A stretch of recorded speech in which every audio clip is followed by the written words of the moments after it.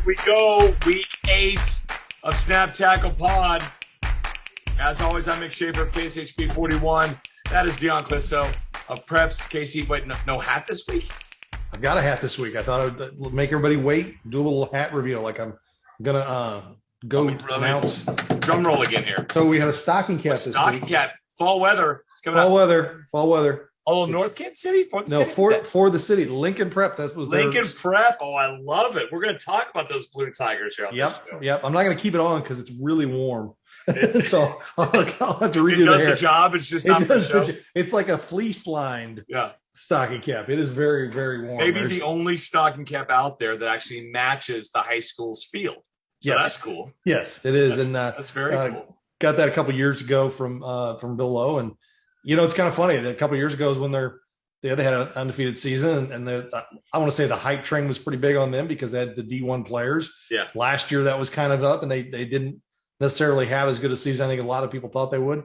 And this year they are not really flashy in terms of talent and things like that. They run the football, play defense, and they're taking care of their business. And next week they've got center, and that'll be kind of the big one more big test for them. That'd be a good litmus test, yeah. Yeah, and they're hosting. Those two teams playing everything else except for football, and the opportunity came when Southeast ended their season and Clinton didn't have a football season this year.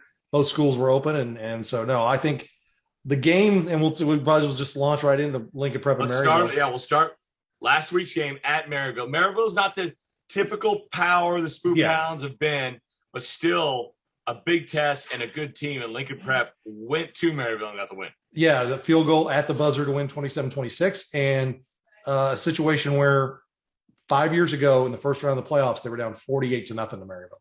Wow. And Bill Lowe said in a tweet that he literally contemplated taking his team off the field, was worried about injuries and just, the ability to even bring the program, what state of mind these kids would be in the next year. Yeah. And so it really was a huge turnaround that they have completed there at Lincoln Prep and made them a actual football program. And they look like they could, they're in class 4 and they'd be in the same quarterfinal with Smithville. So, that sometimes that happens. Sometimes you have a really good season and you're in with what could be the best team in the division. So no, it's a great win for them. And I think that win means a lot to Coach Lowe in that program. Yeah, because we've seen them beat up on the IL for years. And then a step or two down the road to the playoffs, they get knocked out playing an out of town team or another team just kind of outside of the Kansas City metro area. But to get that win over Maryville, who, I mean, listen, they've got losses this year, but they were right there with St. Pius. They were right there with Harrisonville. Okay. That to me made the statement that Lincoln Prep is okay. They can be a player now in the playoffs. Yeah, I think so too. A couple years ago when they had that run, they knocked off a Grandview and did some good things there.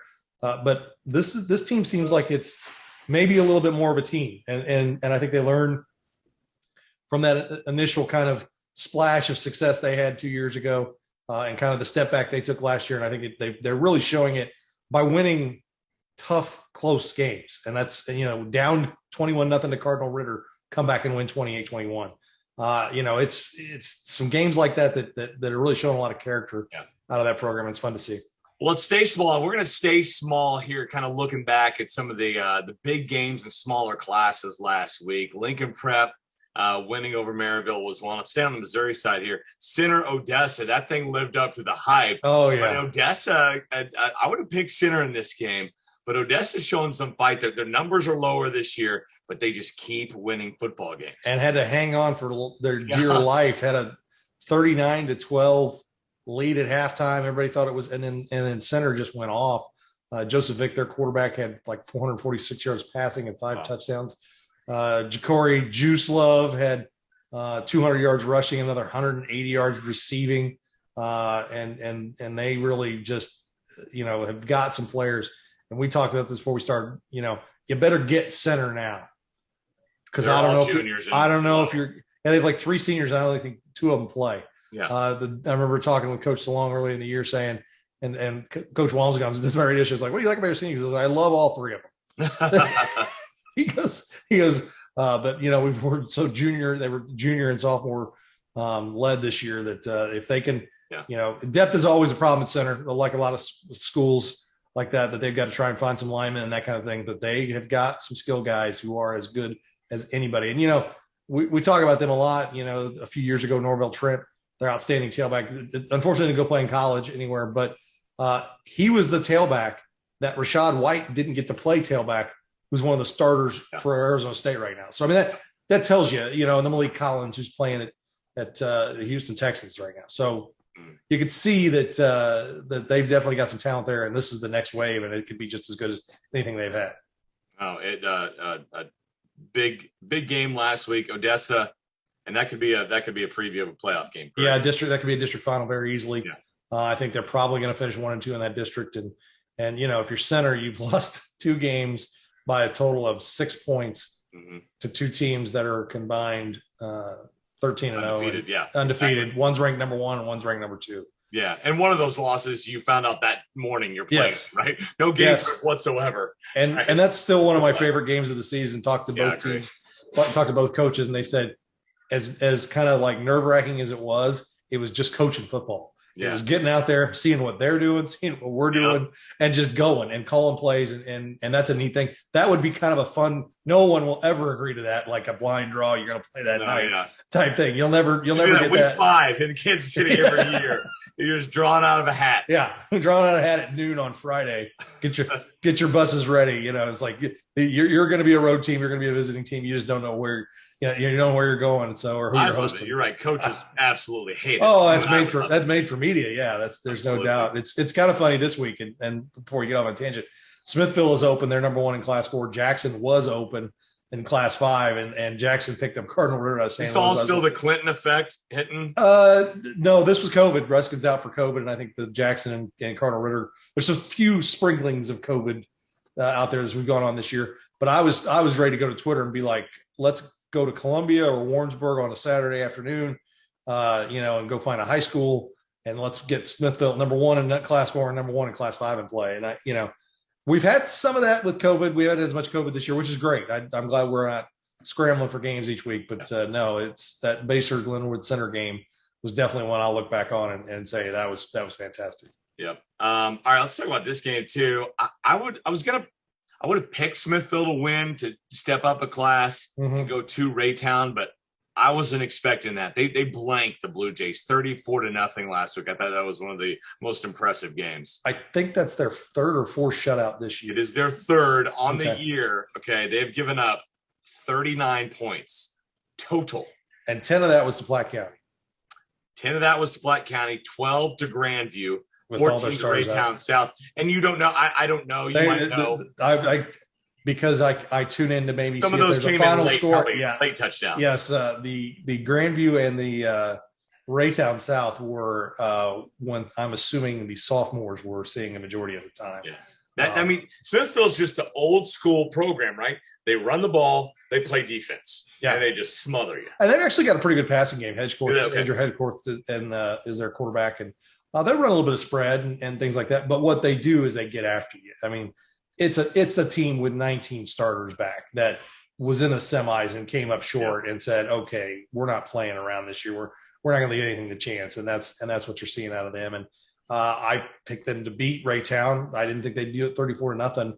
And that bodes well for them because those a Raytown team is like state semis or state championship type, teams you may see in terms of.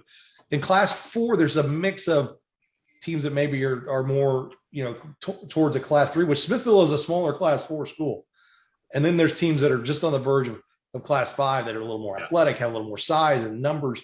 It's kind of an in-between class in spots. And so you may play a team one week that looks a lot like you, and you may play a team that doesn't look like you the next week. And you have to be able to adjust to that week in, week out. And I think that they've showed with their schedule this year and the way they're playing that they're ready for anybody. Yeah. All right, let's jump over to the Kansas side here.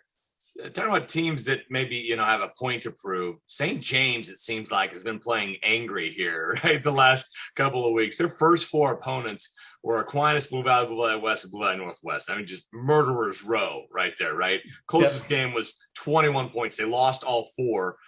But then they come back, beat up St. Pius last week in an impressive win. And they go to they beat Blue Valley Southwest, which – okay, you beat them, but they beat them by 30 points. It seems like Radke's got these guys. He didn't let those losses, keep them down. Yeah, and I know that they're in with Miege in the sense that they're off to their season doesn't look that great on a record, but they're going to get into that 4A bracket. Yeah. And as it stands right now, if the bracket stays the same, if Baser gets the 1, Baser could face Miege in the second round. Oh wow! And I don't know if that's what's intended when by the K Preps rankings that the number 1 and number 2 teams face in the second round of the playoffs. No. So much of that. I mean, yeah. And so it's, there's my column this week is about the drawbacks of both sides and the benefits of both sides.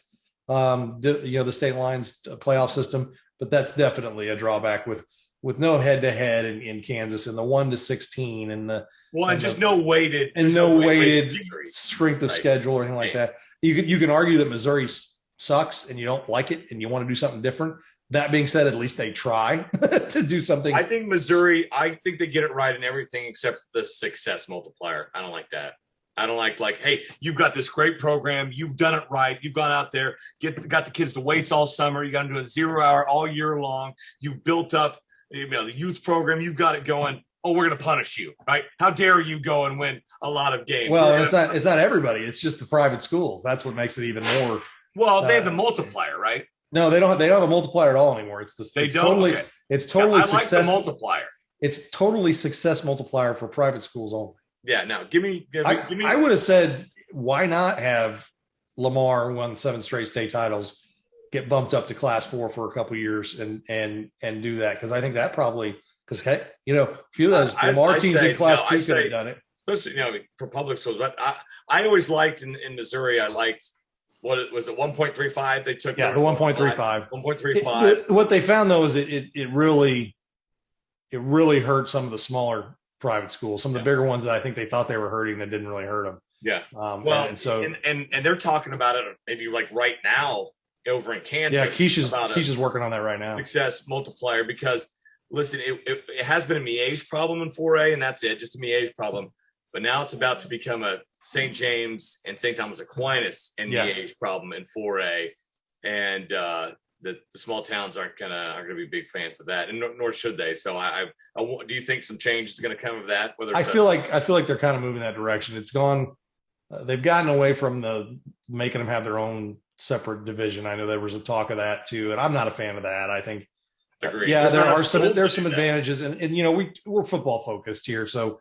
That's where I know that a lot of it really comes from the other sports, especially country club sports and things like that, where it's just really dominated by private schools. And on the girls' side too. On the girls' side, that's why Miege and those schools can just dominate you. Yeah, so I get that, but in the football sense, I kind of think that it's just that it helps in a certain extent, and it doesn't help. You could be like Vianney in St. Louis, who had a great program, was kicking out D1 players, and their coach got sideways with their administration, and their administration wanted to take that program in a different direction. And now they're horrible, and they're up in Class 6. That's another good point. Everything's cyclical, right? Some of them are longer cycles, like Miege winning like 7 years in a row. But many of those years, Dion, they were, if not the best team in the city, one of the top 2, 3, 4, 5, right? There's a couple of those teams that would have won 4A, 5A, and 6A in Kansas. In Kansas, and probably would have, some years competed all the way to class in Missouri as well. That's really not the case anymore. But the problem is, Miege got knocked off last year by another Kansas City private school in St. James. That's growing. That's really growing and is bigger than Miege and is almost as big as Aquinas. And so. And like you said, the one thing that stinks about it is that you have kids paying for success of others, and it's the group that goes through and wins a title. If there's not very good freshmen and sophomores behind them, they get bumped up and they get drilled. And we're seeing the enrollment at all these Catholic schools and private schools in Kansas just drop. Yeah, there are no 6As, and then once Aquinas and St. James are down in 4A. I mean, you got Carroll and Capen, and I think that might be it. I think that's it. In Kansas, Missouri, in St. Louis, they've got so many that that's like every school. Yeah. Yeah. I mean, that's still not an issue. They're still good there, but no, it's funny. The best line I ever heard before they did the success multiplier is Valley Catholic, which had won a bunch of Class 1 state titles, but it was really a small school and they just have a great program. Their coach joked and said, "Wow, the joke's on you. We're going 8-man." Because they were eligible to go 8-man if they wanted to. And they went from Class 1 to Class 3. You can only go 2 classes. You can't be like if they, if you applied that rule to say Lamar, who won 7 in a row or whatever, or 6, 7, they'd be playing big class football. That being said, there were a couple Lamar teams who would come up here, and I can tell you, I can name 3 or 4 or 5 Class 5 and Class 6 teams who wanted no part of Lamar back in the day. A little sliver of Missouri, right? The Lamar, Webb City, now Carthage, Joplin now. Joplin and Nixa are kind of in that move group as well. So that's going to be a fun district with Joplin, Nixa, Ray Peck, I think, is in that group. Lee Summit North. That's going to be an interesting district, to say the least. All right, one more game from last week in Kansas. We'll look ahead to this week. Spring Hill, not really games, but Spring Hill and Baser, they're both unbeaten. Spring Hill's the only unbeaten team in 5A. Baser unbeaten in 4A. Do they both stay that way? I think so. Spring Hill had a scare last week. Yeah, Tong and Oxy, Al Troyer and that staff, when they're good, they're going to beat you how they want to beat you. But if they're don't have the talent like they normally do, and this is not as talented a team and not as good a team, they are going to make you do things and play games not the way you want to play them. Make you sweat. Make you sweat. They were down, and Spring Hill was down 21-14. Needed a kickoff return in the fourth quarter. About 4 minutes ago to tie it, and then held off. And there was a field goal there at the end that didn't get made, and they go to overtime, get the stop, score on their third play, and get out of Dodge, get out of Tongi, basically, and so get that win. But no, I think Spring Hill's having a really good year. That was their first. The back-to-back games, they were up 28-0 on DeSoto, and DeSoto played them pretty well in the second half, and then Tonganoxie. So they're starting to get people's best punches, and they're taking them and still surviving. And they got Piper this week. Baser, I tell you, I think you got to look at St. James and Miege as teams to beat, but I think Baser's right there. I think Baser's in the conversation. I think their defense is legit, and they're always good on offense. And they really have a fantastic defense this year. That east side's going to be pretty good. Throwing Piper and some of those other schools. Yeah, there's schools that you don't want to play. Eudora, Piper. Absolutely. Paola has stuck his head up last week and got a good win. Yeah. So that's you start waking Paola up a little bit, and you're like, oh no, here we go. Lewisburg's. I think Lewisburg is 3-3. Ottawa under a new coach has improved. I mean, so that Frontier League has really got some pretty good teams in it that are all starting to play well. All right, so we look back on some smaller school games. Let's look ahead now to some bigger games this weekend. Our Remax Big Three. We'll say on the Kansas side here. Blue Valley and Blue Valley West. It's funny, Dion, we've talked about kind of the big three of the EKL and the Blue Valley schools. Blue Valley West wants to make sure, and I know it now, it's a big four, okay? Yeah. They're right there with Blue Valley and North and Northwest. They handled Aquinas last week 31-7, and all you need to know is wherever I pick Blue Valley or Blue Valley West, whatever I pick, go the other way because I haven't picked them right yet. They'll beat somebody and I'll be like, yeah, and then they get beat. So the next week I'm like, no, maybe that wasn't legit, and then I pick against them, and they win. So this week I'm picking Blue Valley. So I'm gonna guarantee you right now that Blue Valley West is. I mean, I joke with Coach Terrell about that, and he's like, well, I don't want to be on the wrong side of that, and I'm like, well, I think I like Blue Valley in that game. I think Blue Valley's playing really well, but Blue Valley West, that's a team you don't want to see. And if the bracket shakes right for them and they get in the right spot, there could be, just like a couple of years ago, they had Olathe North when they went to the state championship game. Olathe North on the ropes, and they were staring down the barrel of a semifinal appearance against a Blue Valley North team that they were good enough to beat. I think on the east side in 6A, I don't know if anybody's up for beating Derby, right? But I think it's the deepest it's been in a while with Blue Valley North, Northwest, West, Blue Valley, Olathe North, and Olathe West could all be players. Olathe Northwest is on the west side. Olathe Northwest beats Shawnee Mission Northwest, who I like a lot. Absolutely, yeah. I like Shawnee Mission Northwest a lot. Yeah. So there's 7 or 8 teams right there. I mean, that once you get that second weekend, and these things start to shake out, you're gonna have 4 really good games in 6A the second weekend of the postseason. Some of those classes you're gonna have a layup the first couple of weeks, right? Yeah. Not in 6A on the east you side. You may get the first week if you're up near the top of the bracket. You may get it the first week, but after that, it's gonna be.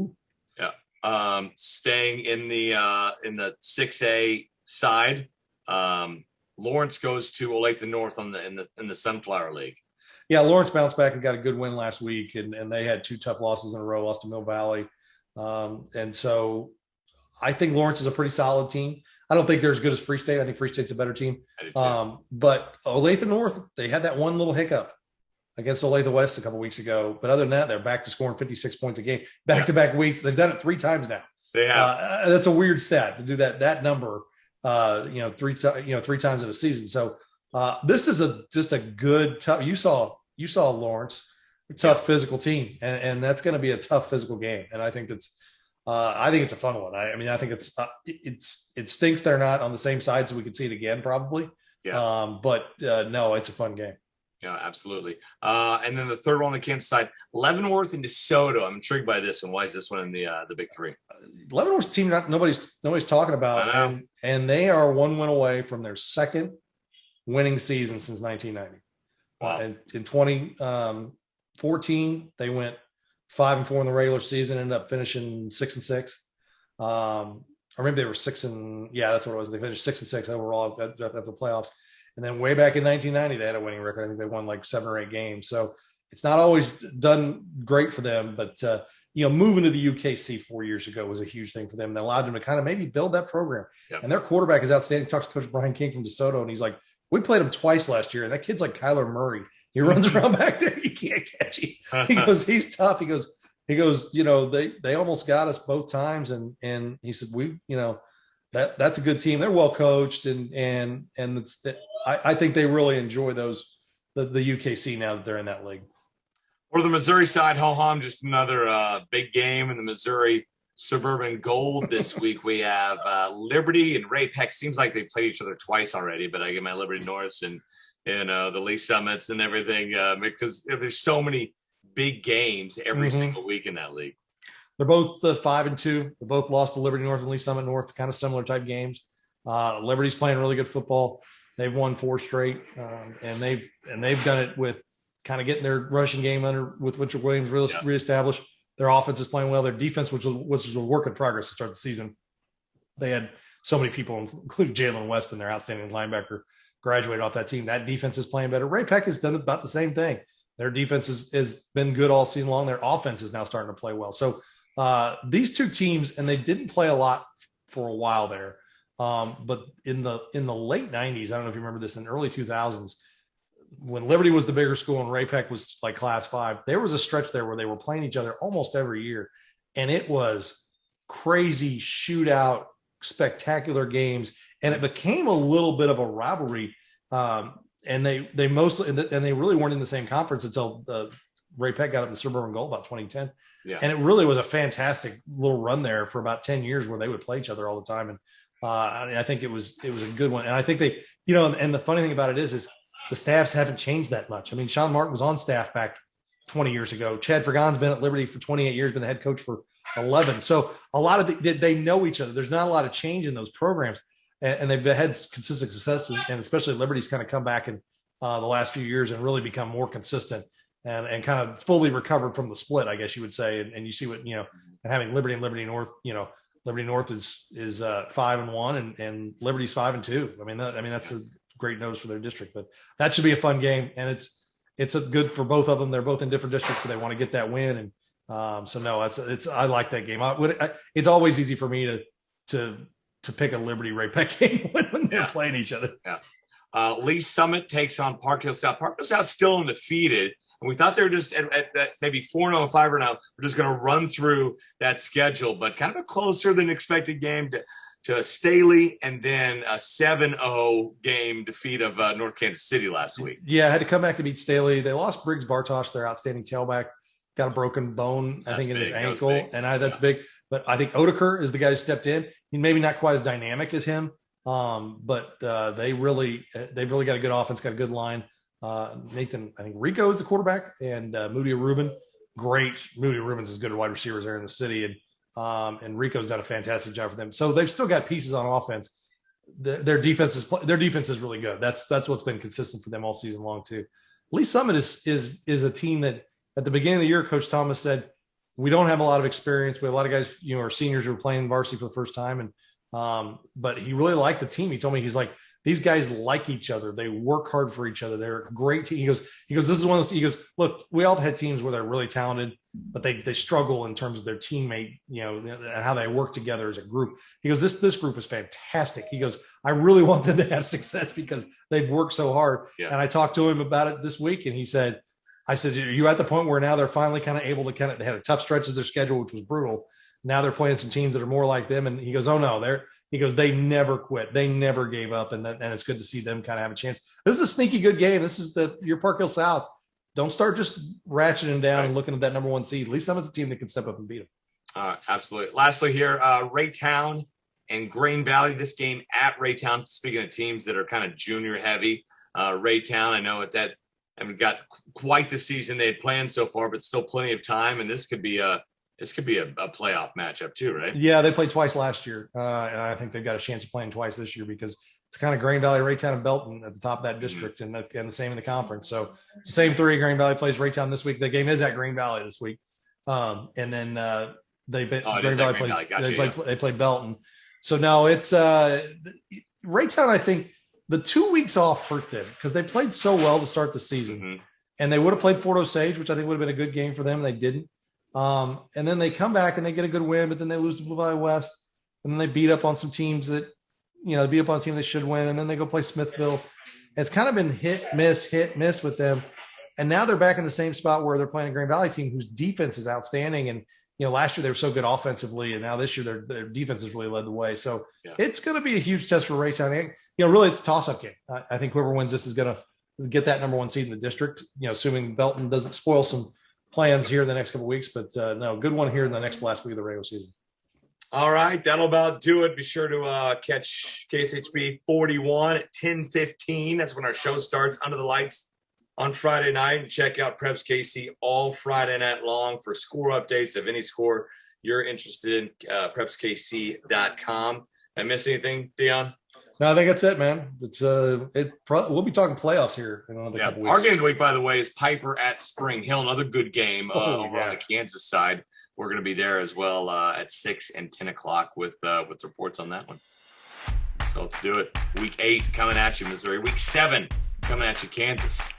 For Dion, I'm Mick. We'll see you next time right here on Snap Tackle Pod.